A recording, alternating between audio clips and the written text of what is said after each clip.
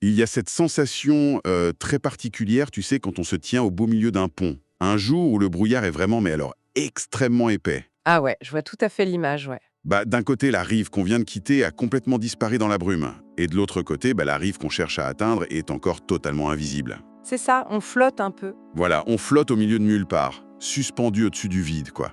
Et on a pour seul repère les quelques planches juste sous nos pieds. C'est une image hyper vertigineuse et pour le coup, c'est l'essence même de la transition. Ce fameux moment d'incertitude absolue où en fait on est plus ce qu'on était, mais pas encore tout à fait ce qu'on va devenir. Exactement, Et on est forcé d'habiter l'instant présent, ce qui est souvent terrifiant. c'est clair. Et face à ce brouillard, le réflexe humain le plus basique, c'est de courir. C'est de chercher la terre ferme le plus vite possible pour se rassurer, tu vois. Ouais, fuir l'inconfort, quoi. Mais aujourd'hui, la plongée que nous allons faire propose de faire exactement l'inverse. De s'arrêter au milieu de ce pont et de regarder le brouillard bien en face. J'aime beaucoup cette approche. Notre point de départ pour cette exploration, c'est un recueil qui s'intitule « Entre deux rives ». Et c'est écrit par Diego Rodriguez. Et la mission de notre analyse aujourd'hui est un peu spéciale. Très spécial même. Ouais, parce qu'on ne va pas du tout résumer l'œuvre dans sa globalité, on va se concentrer presque exclusivement sur les toutes premières pages du livre. Vraiment les fondations, quoi. C'est ça. Donc on va aborder l'avant-propos, l'explication du titre et 2 poèmes fondateurs. Et c'est une démarche essentielle, parce que le but ici, pour ceux qui nous écoutent, ce n'est pas d'offrir une dissection hyper clinique du texte, mais vraiment de le ressentir. De plonger dedans. Oui, de comprendre la genèse de l'émotion de l'auteur. C'est pour ça qu'on va prendre le temps de lire ces textes de manière quasi intégrale aujourd'hui. On va les découper. Exactement, on va les découper pour saisir pleinement la dimension poétique originale, telle que l'auteur l'a vraiment pensée. Bon, décortiquons ça, hein. Ouvrons ce livre. La toute première chose qu'on rencontre, fatalement, c'est l'avant-propos. Et c'est là qu'il pose le décor. C'est ça. C'est là que l'auteur pose son état d'esprit. Et ça, avant même de nous livrer le tout premier vers. Du coup, je commence la lecture de cette introduction, si tu veux bien. Vas-y, je t'écoute. Alors, voici comment Diego Rodriguez ouvre son œuvre. Les poèmes qui suivent sont le reflet de ma quête intérieure. Un voyage entre 2 mondes, 2 rives. Ces vers ne parlent pas uniquement de paysages physiques ou géographiques, mais de monde intérieur, de souvenirs et de sensations partagées, d'émotions vécues. C'est déjà hyper intime. Ouais, et il continue parfois à travers des rencontres fugaces, parfois au travers de réflexions plus profondes qui nous façonnent et nous unissent. Et c'est ouf, parce que juste après cette phrase, il fait un aveu assez inattendu pour un poète. Ah oui, la fameuse confession. Grave. Il écrit textuellement « Je dois admettre que la poésie n'a jamais été mon thème de prédilection. C'est fou de commencer comme ça. » Ben oui. Et il ajoute « Pourtant, c'est un défi que j'ai choisi d'accepter sans vraiment savoir où cela me mènerait. Ce recueil représente pour moi une exploration intime. » Mise à nu, quoi. Complètement. Une manière de me découvrir et de me donner pleinement à l'écriture. Et il finit ce passage en disant « J'ai mis tout mon cœur et ma passion dans chaque vers, pour vous lecteurs, mais surtout pour moi-même, comme une quête de sens à travers les mots. » Et l'auteur poursuit justement en dévoilant la structure de son cheminement, il explique son cadre. Vas-y, lis-nous ça. Il écrit « J'ai choisi de présenter 40 poèmes. Ce nombre n'est pas anodin, il est profondément symbolique. Dans la tradition biblique, 40 représente un temps de transformation, de purification, de méditation. On rentre dans le dur, là. Ouais. Jésus a jeûné pendant 40 jours dans le désert, Moïse a passé 40 jours sur le mont Sinaï. À travers ces 40 poèmes, je vous invite à une forme de méditation sincère et profonde. Comme un chemin initiatique. C'est exactement ces mots, comme un chemin initiatique. Chaque poème est un pas, un instant figé dans le temps, une réflexion, une traversée intérieure. Et il conclut d'ailleurs cette introduction sur cette idée de finalité. Il dit « Ainsi, à travers ces 40 méditations, je me suis moi-même retrouvé, j'ai cherché à apprivoiser la beauté des mots et leur pouvoir de transmission. » C'est une belle promesse. Ouais, et il termine par « Que ces poèmes résonnent en vous et qu'ils vous apportent comme à moi une forme de paix et de lumière. » Et du coup, cette quête de paix conclut super logiquement cette idée de traversée du désert intérieur. Ouais, mais tu sais, ce désert intérieur qu'il décrit dans l'avant-propos, bon, c'est captivant, mais ce qui est presque choquant, c'est la rapidité avec laquelle il nous ramène ensuite à une réalité physique hyper brutale. Ah oui, le passage sur le titre. Voilà, le titre même du livre, « Entre deux rives », ça nous force à regarder une fracture littérale. Et l'auteur consacre carrément une section entière juste après l'avant-propos pour expliquer l'origine de ce titre. Oui, et le contraste est saisissant. On va lire cette explication. Vas-y. Il écrit « Entre deux rives, ce titre est né de ma propre histoire. Il incarne une tension, un équilibre fragile entre deux mondes qui m'ont formé. D'un côté, la petite bourgeoisie brésilienne liée à mon père absent. De l'autre, les favelas et la combativité de ma mère. La claque? Ouais. Il continue. Elle a tout fait pour nous offrir de l'espoir, une vie meilleure. Elle nous a appris que nous étions tout et que nous méritions davantage que de survivre sur une terre poussiéreuse, à devoir éviter les balles perdues. » Éviter les balles perdues, carrément. Et il termine ce passage par « C'est malgré tout grâce à ce décor que j'ai puisé mes premières forces. » Et tu vois, c'est là que ça devient vraiment intéressant, parce que quand l'esprit entend « entre deux rives », bon, surtout dans le contexte d'un auteur d'origine brésilienne qui écrit en français, on pense immédiatement à l'océan Atlantique. Oui, à l'immigration, au voyage. Exactement, le voyage physique. Mais en réalité, quand on lit ça, on comprend que la vraie rupture vertigineuse, ce n'est pas l'océan. Non, pas du tout. C'est ce fossé social colossal qui est décrit dès ses premières lignes, entre le père bourgeois et la mère dans la favela. Absolument. En fait, la géographie physique n'est qu'une façade ici. Ouais, L'exil commence à l'intérieur même de sa propre ville, à l'intérieur de sa propre famille, c'est dingue quand on y pense. à la fin du mois, tu vois. C'est bien plus profond. C'est une frontière invisible, mais quasi infranchissable, avec des codes sociaux, une violence et une insécurité qui sont radicalement différentes. Ouais, deux salles, deux ambiances, mais à l'extrême.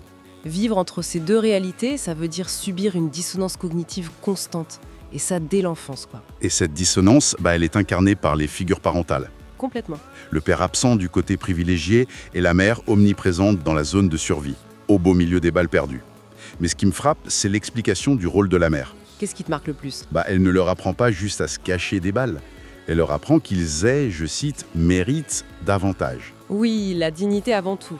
Mais comment on construit de l'espoir sur une terre poussiéreuse, avec une telle menace physique constante au-dessus de la tête? Eh bien, c'est le paradoxe de la résilience humaine. Et l'auteur le souligne avec beaucoup de lucidité d'ailleurs, quand il dit que c'est grâce à ce décor qu'il a puisé ses premières forces. C'est fort de dire ça. Psychologiquement parlant, face à un danger de mort aléatoire, comme une balle perdue par exemple, l'être humain a globalement deux choix. Lesquels? Le nihilisme total, on abandonne tout, ou alors une quête de sens radicale. Et là, on est clairement dans le deuxième cas. Exactement. La figure maternelle ici, elle agit comme un bouclier idéologique. Elle transforme la pure survie en un vrai projet d'évasion. Waouh! En fait, la rudesse de la favela crée une soif de sens incompressible et c'est ça qui va nourrir toute la quête poétique future de l'auteur. Ce qui nous amène logiquement à la suite de son explication du titre, où l'exil géographique entre enfin en jeu. Oui, la deuxième rive, la vraie, physiquement parlant. Voilà. Il écrit « C'est aussi une métaphore de l'exil entre le Brésil et la France, deux patries qui me définissent, deux rives d'une même existence.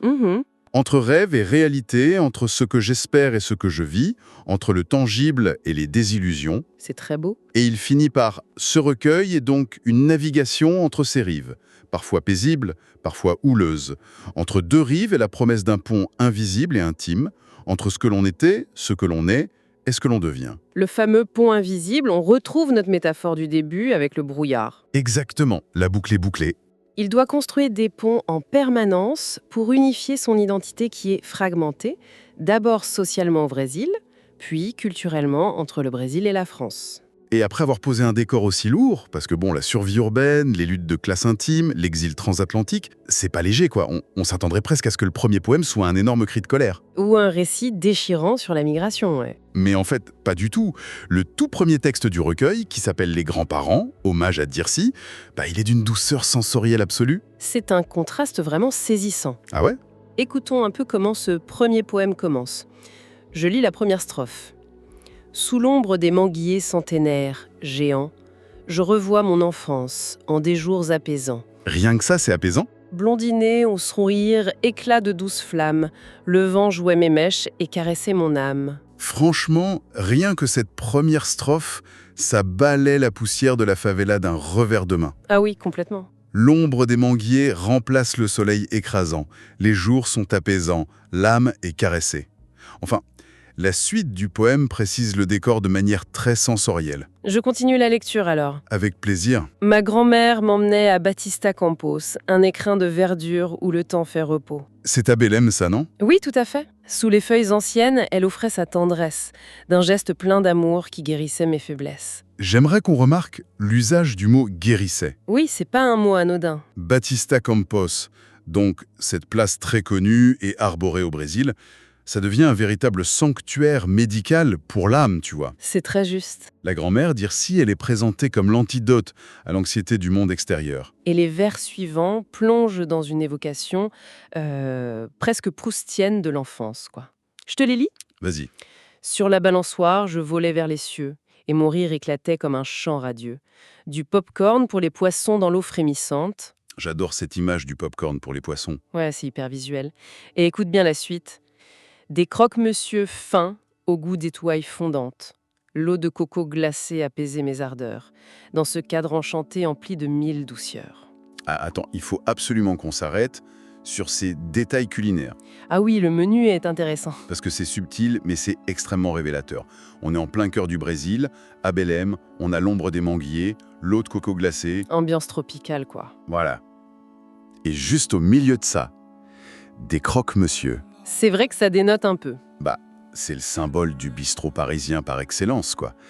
C'est comme si, dans la mémoire même de l'auteur, les deux rives gustatives se rencontraient déjà. Ah, c'est une super belle analyse. L'exil futur vers la France était presque prophétisé, ou en tout cas, la fusion culturelle, elle était déjà à l'œuvre dans la tendresse de sa grand-mère. Et si on relie ça à la situation dans son ensemble, ça illustre parfaitement comment fonctionne la mémoire d'un exilé, en fait. Comment ça? La mémoire, c'est jamais un enregistrement objectif, c'est toujours une reconstruction. Ah ouais, on arrange un peu les souvenirs? Exactement. Ici, la poésie agit comme une espèce de capsule temporelle sécurisée. En mélangeant le croque-monsieur et l'eau de coco, l'auteur fusionne ces deux havres de paix. Le Brésil et la France. Oui, la tendresse originelle de sa grand-mère brésilienne et sa réalité française actuelle. C'est une façon de conjurer la séparation. C'est hyper malin. Et le poème se conclut sur une philosophie très claire, d'ailleurs tirée de cette expérience. Tu l'as sous les yeux, hein? Oui, je te lis la fin. Merci. Aujourd'hui, je revois, dans le doux quotidien, la tendresse d'aimer dans les cœurs des anciens. Mhm. Être grand-parent, c'est un art subtil et sacré. Un cœur qui s'adoucit au fil des âges passés. Car le but de la vie, dans son éclat universel, n'a toujours été qu'aimer. Voilà son essentiel. Le but de la vie n'a toujours été qu'aimer. C'est simple, mais c'est fort. C'est une conclusion qui pourrait paraître, je sais pas, presque naïve, tu vois, si l'on n'avait pas lu l'avant-propos juste avant. C'est clair que le contexte change tout. Bah oui, sachant que cette phrase est écrite par quelqu'un qui a dû esquiver les balles perdues dans sa jeunesse et supporter le vertige de l'exil, elle prend une densité incroyable. Ça donne du poids aux mots. Ce n'est pas de la naïveté, c'est une vraie victoire sur le cynisme. C'est un choix délibéré de s'accrocher à la lumière, en fait. Et cette ombre protectrice de la grand-mère et des manguiers dans ce premier texte, ça prépare idéalement le terrain pour le second poème fondateur du livre. Ah oui, parce que la grand-mère n'est pas la seule figure tutélaire à veiller sur lui. Non, il y a des présences encore plus anciennes. Ce qui nous amène au poème Arbre de Bélem. Là, on passe de la chaleur humaine à la majesté un peu silencieuse de la nature. Et là encore, ce choix n'est absolument pas un hasard. Lisons le début de cette ode aux arbres. Je m'en charge, arbre de Bélem. Vous connaissez mon âme? Sous l'œil des envieux, la foule erre et condamne. On sent déjà le refuge. Oui, vous avez vu ici courir un jeune enfant, jouant avec les papillons, rêvant au temps. C'est magnifique. Ô arbre centenaire, comme vous êtes fier, prêtant de l'ombre même à un cœur de pierre. Dans votre ramage se cache douce amitié. Des oiseaux qui, chantant, tissent leur nid charmé. La personnification est totale ici. Il dit carrément « vous connaissez mon âme ». Oui, il leur parle directement. L'auteur s'adresse aux arbres comme à d'anciens confidents.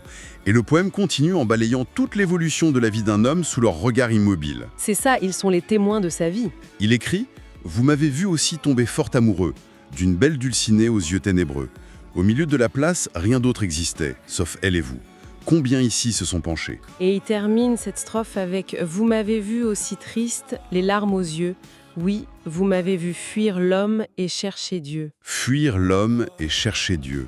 C'est intense. Ce qui est vraiment crucial d'analyser ici, c'est la fonction psychologique de l'arbre pour quelqu'un qui a vécu l'exil, tu vois. Vas-y, développe, ça m'intéresse.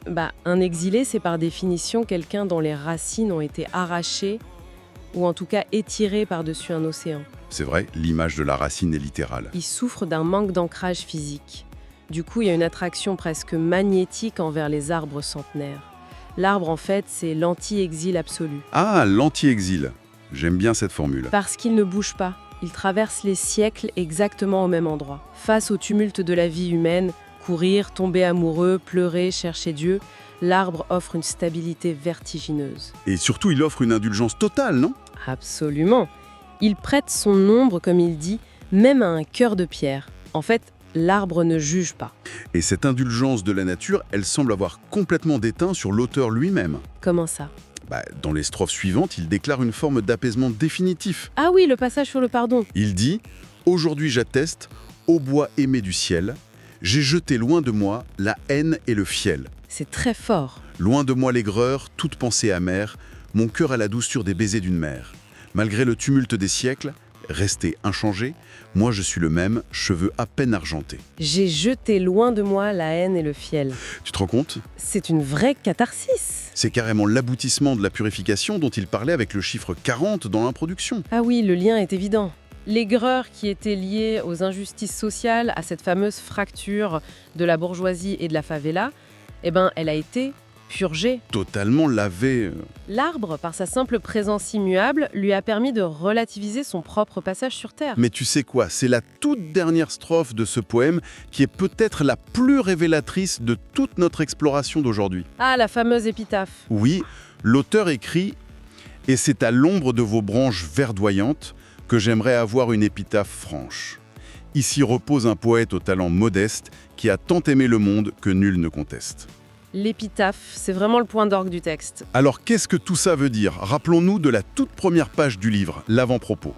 Oui, sa fameuse confession du début. La première chose que cet homme a dite pour se présenter, c'était « La poésie n'a jamais été mon thème de prédilection ». C'est vrai. C'était une excuse, une justification presque gênée, quoi. Un moyen de se protéger. Et là, à peine 2 poèmes plus tard, dans l'épitaphe qu'il imagine pour l'éternité, gravé dans la pierre, il demande qu'on écrive « Ici repose un poète ».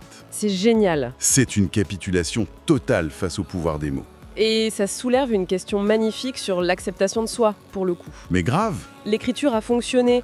L'acte de poser ces mots sur le papier a fini par dissiper le brouillard sur le pont dont on parlait. Il a assumé son identité, enfin? C'est ça.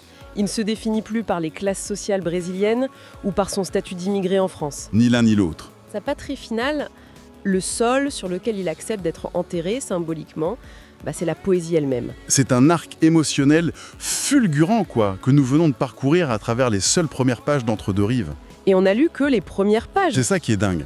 Nous sommes partis des hésitations d'une prose introductive, on a traversé la fracture vertigineuse des classes sociales et la dureté de la survie. Ouais.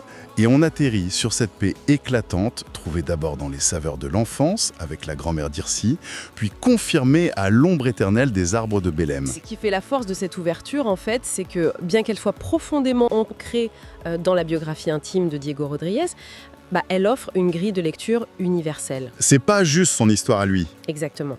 L'exil n'a pas besoin de traverser l'Atlantique pour exister. Totalement d'accord.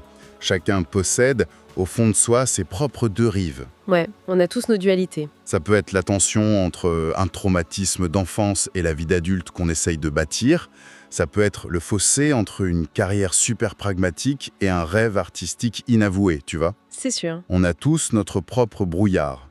Et par extension, chacun a un besoin vital de trouver ses propres arbres de Bélem. Ses propres ancrages, quoi. Des ancrages, voilà, des figures, des lieux ou des souvenirs immuables qui restent constants quand le monde autour devient chaotique et illisible. Des sanctuaires intimes qui permettent de ne pas céder au nihilisme dont on parlait tout à l'heure. Ouais. Le rôle de la poésie, ou de toute forme d'art d'ailleurs, ce n'est finalement que de fournir le langage pour construire des ponts entre ces différentes parties de nous-mêmes. Pour empêcher l'âme de se disloquer. Exactement. Et cela nous ramène irrémédiablement à la métaphore temporelle du début. Ah, mes 40 jours. Ces fameux 40 poèmes, ces 40 pas dans le désert intérieur. C'est le temps nécessaire pour se retrouver, se purifier des rancœurs et s'accepter comme poète, comme être aimant. Le pont est traversé. Le pont est traversé, ouais. Mais ça laisse une question vertigineuse en suspens dans l'esprit de tous ceux qui nous écoutent en ce moment. Ah oui, laquelle? Si le chiffre 40 représente ce cycle complet de survie, d'introspection et finalement de guérison à l'ombre des arbres. Que se passe-t-il au 41e jour? Ouh, c'est une excellente question, ça. Une fois que l'on a solidifié le pont entre nos propres rives, vers quel nouveau continent inexploré l'esprit libéré est-il censé se remettre en marche? Eh bien ça, c'est peut-être à chacun de le découvrir.